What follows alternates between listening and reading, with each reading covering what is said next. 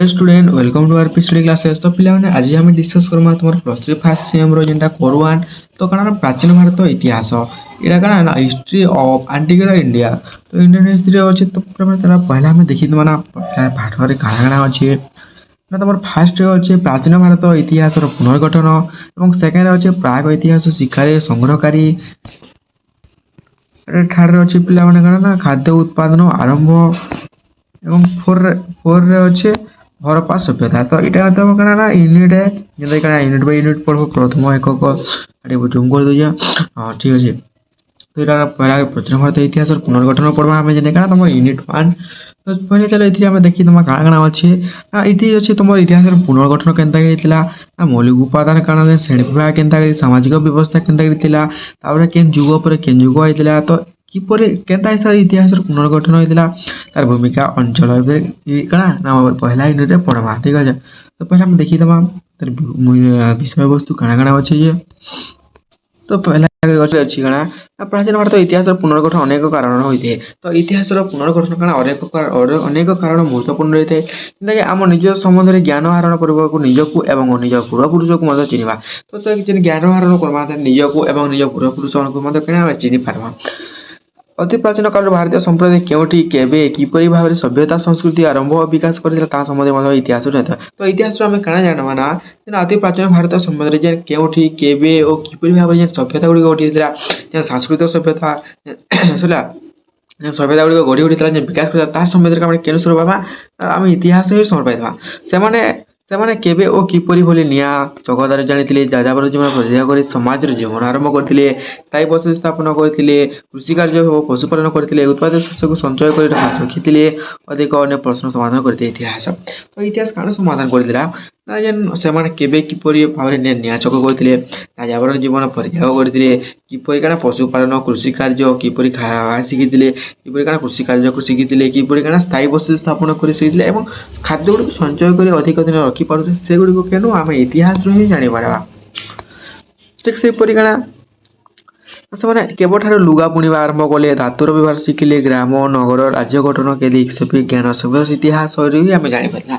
ସେମାନେ କେବେ କାଣା ଧାତୁର ବ୍ୟବହାର କଲେ ଗ୍ରାମ ନଗର ରାଜ୍ୟ ଗଠନ ଗ୍ରାମ ନଗର ଗୁଡ଼ିକ ଘଟିଛି କେନୁ ଘଟିଛି ତା ଏହି ଯୁଗରେ ଗଢ଼ି ଉଠିଛି ନା ଏମାନଙ୍କ ଠାରୁ ଗଢ଼ି ଠିକ୍ ସେଇଭଳିଆ ସେମାନେ କେନେ କିପରି ଗ୍ରାମ ନଗର ରାଜ୍ୟ ଗୁଡ଼ିକ ଗଠନ ହେଇଥିଲା ଆମେ କେন ଜାଣିବା ନା ଆମେ ଇତିହାସରୁ ଜାଣିପାରିବା। ଆମେ ବ୍ୟବହାର କରୁଥିବା ଭାଷା ଗୁଡ଼ିକ ମୂଳଧାରା ହେଉଛି ଭାରତର ପ୍ରାଚୀନ ଭାଷା ଯାହାକି ପରବର୍ତ୍ତୀ ସ୍ୱରୂପରେ ଆଧୁନିକ ସମୟରେ ବିଦ୍ୟମାନ। ତ ଆମେ ଯେନ୍ ବ୍ୟବହାର କରୁଛେ ଭାଷା ଗୁଡ଼ିକ ମୁଁ ଯେନ୍ କହୁଛେ ଭାଷା ଗୁଡ଼ିକ ସେଟା କେନ୍ଟା ନା ମୂଳଧାରା ହେଉଛି କାଣା ପ୍ରାଚୀନ ଭାରତୀୟ ଭାଷା ସେଟା କେନ୍ଟା ପ୍ରାଚୀନ ଭାରତୀୟ ଭାଷା ଯାହାକି ଆମେ କାଣା ପରବର୍ତ୍ତୀ ସ୍ୱରୂପ ଆଧୁନିକ ସମୟରେ ହିଁ ଆମେ ବିଦ୍ୟମାନ କରୁଥିବା ଏଇଟା ଆମେ ପଢ଼ୁଛୁ। ଜ୍ଞାନ ଆହରଣର ଉପଯୋଗିତା ସଭ୍ୟତାର ବିକାଶ ହେବା ଦିନଠାରୁ ବାସ୍ତବ ତଥା ଅନୁସନ୍ଧାନ ମଣିଷର ଆଦମ ଜିଜ୍ଞାସା ହୋଇଆସିଛି। ଏହା ତାକୁ ପୁରାତନ ପ୍ରସ୍ତର ଯୁଗର ଆଧୁନିକ ଯାନ୍ତ୍ରିକ ଯୁଗରେ ନେଇ ଆସିଛି। ତ ପହିଲା କାଣା ଥିଲା ଏଟା ପୁରାତନ ପ୍ରସ୍ତର ଯୁଗ ଥିଲା ଏ କାଣା ଯାନ୍ତ୍ରିକ ଯୁଗ ନେଇ ଆସିଛି କ୍ୟାକୁ ନା ଯେନ୍ ଆଦି ପୁରାତନ କାଳର ମଣିଷକୁ ଠିକ୍ ଅଛି। ମାନେ କିଛି କାଣା ଇମ୍ପୋର୍ଟାଣ୍ଟ ମେନ୍ କ୍ୱେଶ୍ଚିନ୍ କାଣା ଏକ ମାର୍କର ଡିସ୍କସନ୍ ଡ୍ୟାନ୍ସଙ୍କ ଇତିହାସ ଭାବେ ଧାରଣା ସୃଷ୍ଟି କରିଥିଲା କିଏ ପ୍ରଶାସକ। ଭାରତର ପ୍ରାଚୀନ ଇତିହାସ ଜାଣିବା ପାଇଁ ଡ୍ୟାନ୍ସ ଉପରେ ନିର୍ଭର କରେ ଉପାଦାନ ଭୂଖୋଦନ ଫଳରେ ଆବିଷ୍କୃତ ବିଭିନ୍ନ ଦ୍ରବ୍ୟ ଉଦ୍ୟାନକୁ ଡ୍ୟାନ୍ସ କୁହାଯାଇଥିଲା ନା ପ୍ରତ୍ନତତ୍ତ୍ୱ। ଭାରତରେ ପ୍ରତ୍ନତତ୍ତ୍ୱ ବିଭାଗ ଡ୍ୟାନ୍ସଙ୍କ ସମୟରେ ସ୍ଥାପିତ ହୋଇଥିଲା କିଏ ନା ଲର୍ଡ କର୍ଜନ। ଶିଳାଲେଖ ଅନୁଧ୍ୟାନ ବିଦ୍ୟାକୁ ଡ୍ୟାନ୍ସ କୁହାଯାଏ କାଣା ଏପିଗ୍ରାଫି। ହରିଶ ସେନ ଡ୍ୟାନ୍ସ କେଉଁ ପୁସ୍ତକ ରଚନା କରିଥିଲେ ନା ପ୍ରୟୋଗ ପ୍ରଚେଷ୍ଟା। ହରିଶ ସେନ କେଉଁ ରଚନା କରିଥିଲେ ପ୍ରୟୋଗ ପ୍ରଚେଷ୍ଟା। ହାତୀଗୁମ୍ଫା ଶିଳାଲେଖରେ ଡ୍ୟାନ୍ସଙ୍କ କୃତ ଲିପିବଦ୍ଧ ହେଇଛି ଖାରବେଳ। ଲେମ୍ବୁନି ଶିଳାଲେଖରେ ଡ୍ୟାନ୍ସଙ୍କ ପ୍ରତୀତ ଲିପିବଦ୍ଧ ହେଇଛି ଅଶୋକ। ହାତୀଗୁମ୍ଫା ଶିଳାଲେଖଠାରେ ଡ୍ୟାନ୍ସ ଠାରୁ ଅବସ୍ଥିତ ଉଦୟଗିରି ପାହାଡ଼ରେ। ପ୍ରାଚୀନ ମୁଦ୍ରା ଅଧ୍ୟୟନ ପଦ୍ଧତିକୁ ଡ୍ୟାନ୍ସ କୁହାଯାଏ କାରଣ ମୁଦ୍ରା ତତ୍ତ୍ୱ।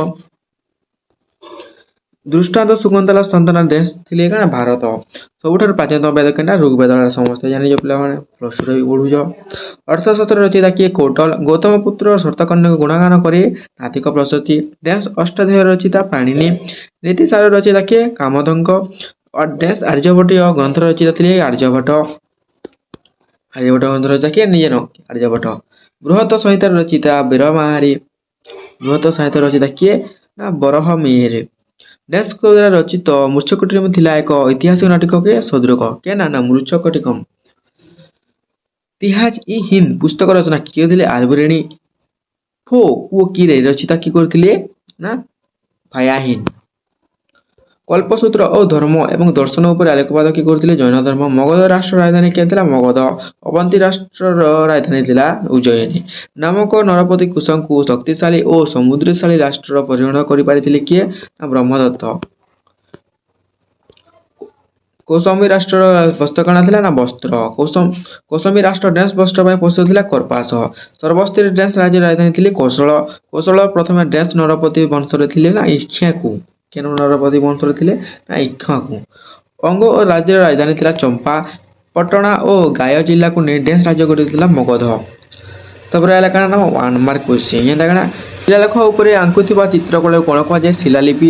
ଭୂଖୋଦନ ଫଳରେ ଆବିଷ୍କୃତ ବିଭିନ୍ନ ଦ୍ରବ୍ୟର ଅଧ୍ୟୟନକୁ କ'ଣ କୁହାଯାଉଥିଲା? ନା ପ୍ରତ୍ନତତ୍ତ୍ୱ। ଭାରତର ପ୍ରତ୍ନତତ୍ତ୍ୱ ବିଭାଗ କେଉଁ ବର୍ଲଙ୍କ ସମୟରେ ଆବିଷ୍କୃତ ହେଲା?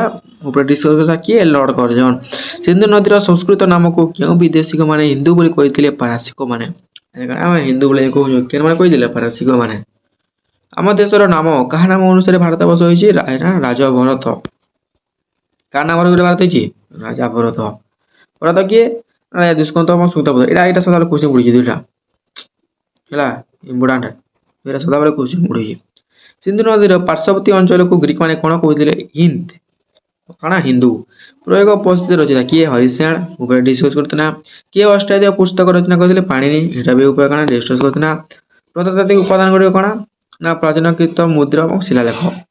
କିଏ ମହାଭାଷ୍ୟ ରଚନା କରିଥିଲେ? ପତଞ୍ଜଳି। ରାମରଚିତ ଏଇଟା ବି ମେନ୍ ଇମ୍ପୋର୍ଟାଣ୍ଟ କ୍ୱେଶ୍ଚିନ୍ ଠିକ୍ ଅଛି। ଏଇଟା ବି ରାମଚରିତ୍ର ମାନସ ରଚିତା କିଏ? ତୁଳସୀଦାସ। ଶିଳାଲେଖ ଅନୁସନ୍ଧାନ ବିଦ୍ୟାକୁ କ'ଣ କୁହାଯାଇଥିଲା? ଏପିଗ୍ରାଫି। କେଉଁ ରାଜାଙ୍କ ରାଜତ୍ୱ କାଳରେ ହୁଏନ୍ ସା ଭାରତ ପରିଭ୍ରମଣ କରିଥିଲେ? ହର୍ଷବର୍ଦ୍ଧନ। ଏଇଟା ବି କ'ଣ ଇମ୍ପୋର୍ଟାଣ୍ଟ କ୍ୱେଶ୍ଚିନ୍। ଇଣ୍ଡିକା ରଚିତା କିଏ? ମେଗାସ୍ଥେନିସ୍। ଉପରେ ଡିସ୍କସ୍ କରିଥିଲା। ମୁଦ୍ର ରାକ୍ଷସ ରଚିତା କିଏ? ବିଶାଖା ଦତ୍ତ। ବିକ୍ରମର୍କ ରଚିତ ପୁସ୍ତକ ରଚିତା କିଏ? ନା ବଳହନ। ରାମଚରିତ ପୁସ୍ତକ ରଚିତା କିଏ? ସନ୍ଧ୍ୟାକର ନଦୀ। ଏଇଟା ବି କ'ଣ ଇମ୍ପୋର୍ଟାଣ୍ଟ କ୍ୱେଶ୍ଚିନ୍।